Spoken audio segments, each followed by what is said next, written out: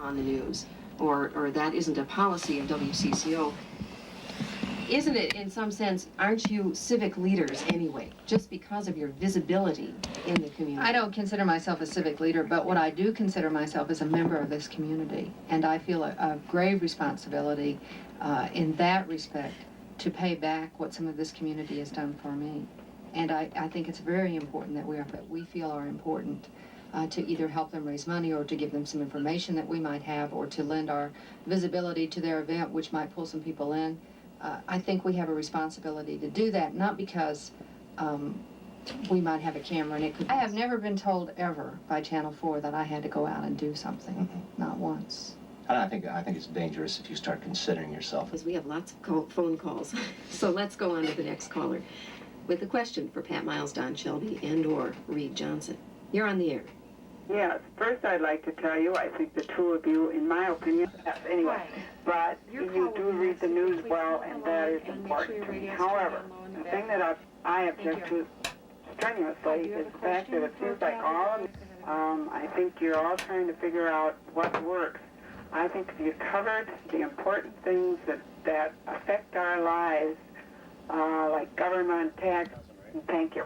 Reed Johnson, I think that's a question for you. That's a hard line for us to walk because news on to find out what happened there.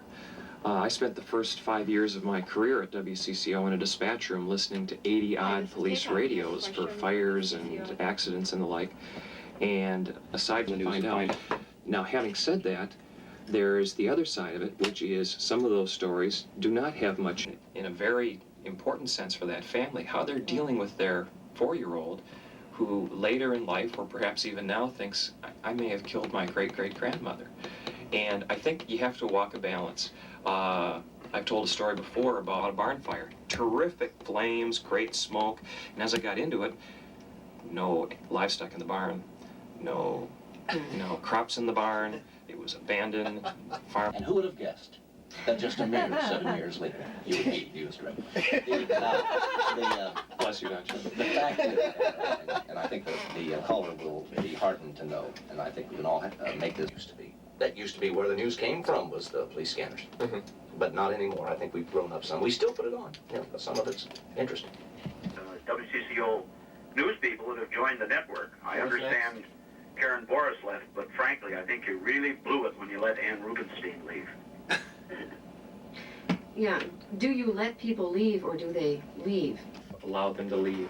It's a terrific compliment to us and to them, obviously, to get an opportunity to go to the network. I can tell you for a fact that Ann Rubenstein is a terrific person and that she made a decision best for herself, and I think it's worked out well. But we're happy for those who go, and we're happy for those who stay, because... I just happened to see in the paper today, and I was telling Don on the way over here, a great quote from Jane Wallace, who worked with West 57th and just resigned. She said she was traveling too often. Attractive about the network, so you can't keep them. You can offer them anything in the book. Lure of that national exposure. Well, the other plain business factor is there just aren't the openings that there. I mean, in the 1970s, network news was expanding, unfortunately going the other way. A lot of layoffs. And it's important to know there are people who don't aspire to the network. People who find success. Hi, are you there? And I can speak for myself here. Your question will be... A couple years, haven't it? And the senator. Okay, would you hold And I don't know on, whether that please? question has an answer, but to me that's more important than anything like sex. I think we all know Pat is not from Minnesota, are you? Well, I fortunately or unfortunately grew up in Kennett, Missouri, and that's where that comes from. It's called a Missouri twang, and I have worked very hard. Have you really? Yes, to lose it. But other people from Kennett, Compared to Missouri what sound other- like this woman sounds like she's speaking the king's English. And I'm still working on it, so I appreciate Keep up the suggestions. good I've had work. many people write me and actually phonetically spell out words that they think I should say in a different manner, and I've worked at it. People from Boot Hill in Missouri hear Pat talk and think she's from London. It's the boot heel, Don. Boot Hill. Thank you. Well, I could attest to that, too, having grown